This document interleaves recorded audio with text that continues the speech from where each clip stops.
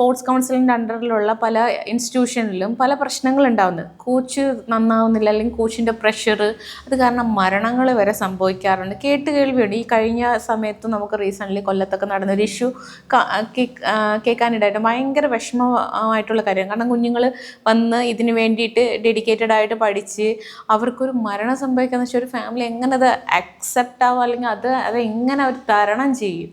അപ്പം അതിനെക്കുറിച്ചൊക്കെ പറയും. എന്തുകൊണ്ടാണ് ഇങ്ങനൊരു ഇത്രയും എനർജി, ഇത്രയും വൈബ്രൻ്റ് ആയിട്ടുള്ള ഒരു ഡിപ്പാർട്ട്മെൻറ്റിൽ നിന്ന് ഇങ്ങനൊരു സംഭവം വരിക?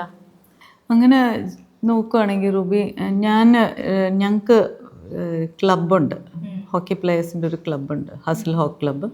ഞാൻ കേരള സ്പൈസ് വാരിയേഴ്സ് എന്ന് പറയുന്ന ഒരു ക്ലബിൻ്റെ പാർട്ടും കൂടെയാണ്. ഞങ്ങളുടെ ക്ലബ്ബിൽ തന്നെ പല ടൈപ്പ് ഓഫ് പിള്ളേരുണ്ട്. വെൽ ടു ഡു ഫാമിലി എന്നുള്ളവരുണ്ട്, ഒരു ഷൂ പോലും വാങ്ങിക്കാൻ പറ്റാത്ത.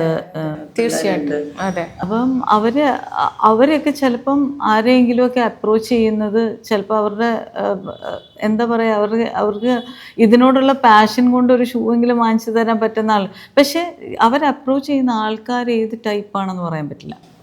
സോ അങ്ങനെ നമ്മുടെ അടുത്തൊക്കെ വന്ന് പറയുന്ന കുട്ടികളുണ്ട്. ബിക്കോസ് നല്ലതായിട്ട് അവർക്ക് ഫീൽ ചെയ്യുന്ന ചില സാഹചര്യങ്ങൾ ഉണ്ടാവാറില്ല.